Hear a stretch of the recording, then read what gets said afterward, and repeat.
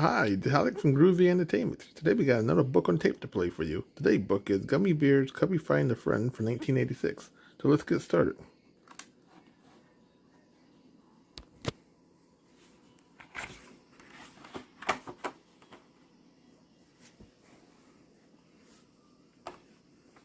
This is the story of Cubby Finds a Friend.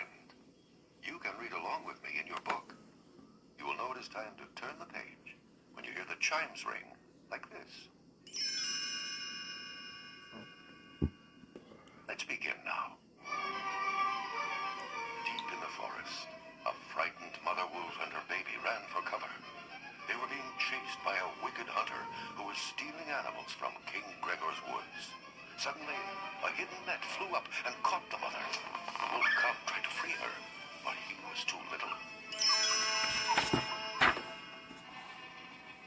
The hunter stomped into the clearing. Well, a big wolf and a teeny one. You'll bring me good money when I sell you to a traveling show. But the cub scrambled away before the hunter could reach him. Without looking back, he raced through the bushes. The frightened wolf sped up the side of Mount Big Paw and ran right into an open sack. Cubby, who was out cleaning a gummy lookout tower, was surprised to find a wolf cub wriggling in his tool bag. You poor guy. You look scared. Come on, I won't hurt you. The trembling cub peeked out and saw he was safe. He sat up and licked Cubby's face. The little gummy chuckled. How do I taste? Real good? Hey, you're cute. When Gruffy and Tummy returned from their chores, Cubby held up his new friend. Look what I found. Tummy grinned. Whoa, great puppy. Gruffy frowned. That's no puppy, that's a wolf. He's a wild animal, Cubby, and he belongs here in the woods. Let him go. But I was gonna take him home, Gruffy. Out of the question. If you make him a pet, he'll never learn to take care of himself. Cubby hugged the wolf. But I'll take care of him. The answer is no. I'll go on home while I gather the tools. Tummy smiled kindly. Come on, Cubby. We'll find a nice safe spot and let him go. They headed toward a country road. Just then, Tummy and Cubby ducked for cover as the evil hunter rode by with his captive wolf. The cub whined sadly when they passed. Cubby hugged him. That must have been your mother. Moments later, Sir Tuxford and Cavan rode by, searching for hoof prints. Blast! He got away, Kevin! We've got to stop that thief from stealing any more of the king's animals. Let's try this way. After they rode off, Cubby turned to Tummy. We can't just leave the poor little guy. He's too small to be all alone. Can't we keep him, Tummy, please? Well, I guess so.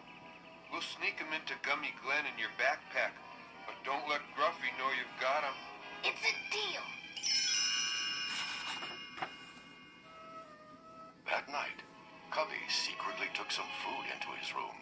Look, Wolfie, here's your supper. The small animal gobbled his meal while Cubby stroked his fur. Boy, we're gonna have so much fun. Later, a wolf curled up on the bed next to Cubby, panting happily. You sure are a loopy little guy. Hey, that's a good name for you. Loopy. Good night, Loopy.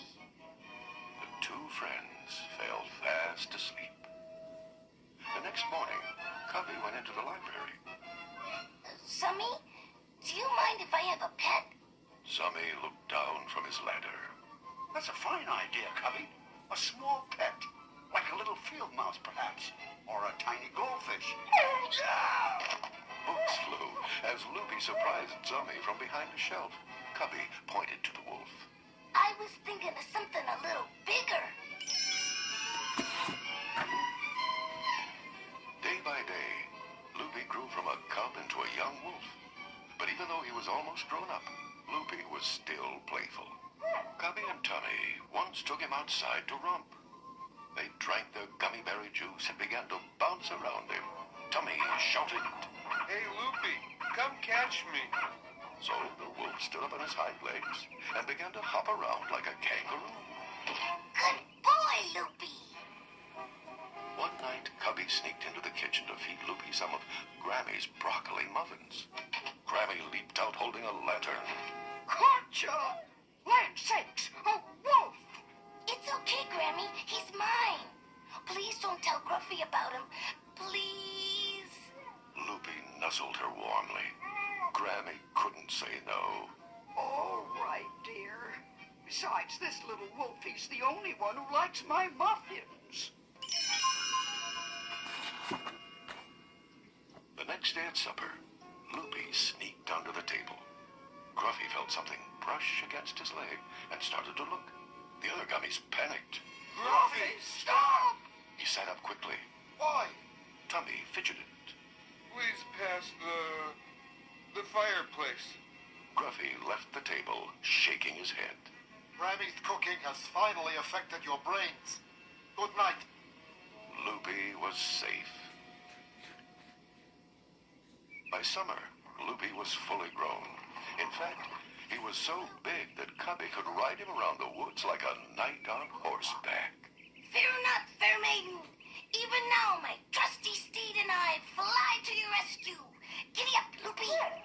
What Cubby didn't know was that the hunter was back in the forest, and he had seen Loopy's footprints. Cubby and Loopy raced toward some bushes. Up, trusty steed. Loopy leaped over them and landed right in a fish pond. Directly below in the main hall, Gruffy was washing the glass bowl which held the pond. He almost fell off his ladder when Cubby and Loopy swam past him. A wolf! Gruffy stormed outside, followed by the others. So, Cubby, you kept that wolf cub anyway. You disobeyed me. Grammy stepped in. Calm down, you old grump. Loopy's a sweetheart. Oh, so you're all in on this, are you? Well, listen, this animal is a wild beast. Keeping him isn't fair to him or us. So either he goes or I go. Gruffy stormed back indoors. Cubby hugged Loopy. Well, if he goes, then I go too. Later that day, when the gummies went looking for Cubby, he and Loopy were gone. Zummy shook his head. I'm afraid we have to face the fact that Cubby's run away. Gruffy folded his arms. He'll come home when he gets cold or hungry. Besides, we don't know where to look for him. Tummy led the others to the quick tunnel cars. I'll bet he went to Mount Lookout, where we found the puppy. The gummies zoomed off through the tunnels, leaving Gruffy behind. He shouted after them. Tommy, it's Mount Big Paw, not Lookout. Oh, foof. Or I'll have to go find him myself.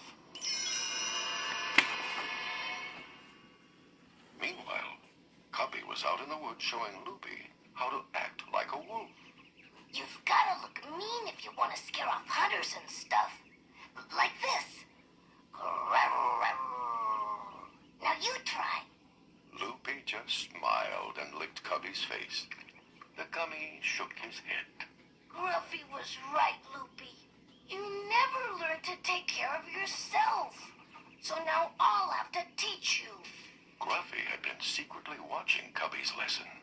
He smiled proudly and headed back for home. Well, I'll be bounced. Cubby's doing exactly what I told him. What a great kid. Oh! Gruffy flew into the air, caught in a net. Cubby! Help! Cubby! The little gummy heard the cries. It's Gruffy. We've got to save him. But Loopy was afraid, and he hid. The evil hunter stepped up to Gruffy. Blazes, a talking bear. You're gonna bring me a fortune when I send you to a traveling show. Cubby bounced into the clearing, That's what you think, mister. but the hunter quickly turned and caught Cubby in his other net. Loopy, help! Loopy! The timid wolf was frightened of this man who had taken away his mother. But when he heard Cubby calling for help, Loopy was no longer afraid. Now he was a wolf. Snarling fiercely, he charged at the hunter, bouncing on his hind legs. The surprised hunter was knocked flat. As he and Cubby freed themselves from the nets, Gruffy watched Loopy in amazement. Now I've seen everything. A wolf who thinks he's a gummy bear. Just then, they heard someone approaching. Cubby called to Loopy. That's enough, boy. Come on, let's hide. They dashed behind a bush just as Sir Tuxford and Cabin arrived. Dazed, the hunter looked up at Tuxford. Did you see that? A big wolf and 2 talking bears? Tuxford grabbed the hunter by the scruff of the neck. I've got you at last, you rogue. So don't think that acting crazy is going to get you out of this. And off they went. Gruffy patted Cubby's shoulder. I may have been wrong about Loopy. He saved my life. I think we should keep him. Cubby heard the cry of wolves off in the distance. He gave Loopy a hug. I'd love to keep you, Loopy, but you belong out here. Now, go to your new friends, boy. Bye. As Loopy scampered off, Gruffy took Cubby's hand. That was a very grown-up thing you did, Cubby. I'm proud of you. Cubby wiped away a tear. Maybe I should have got a goldfish after all.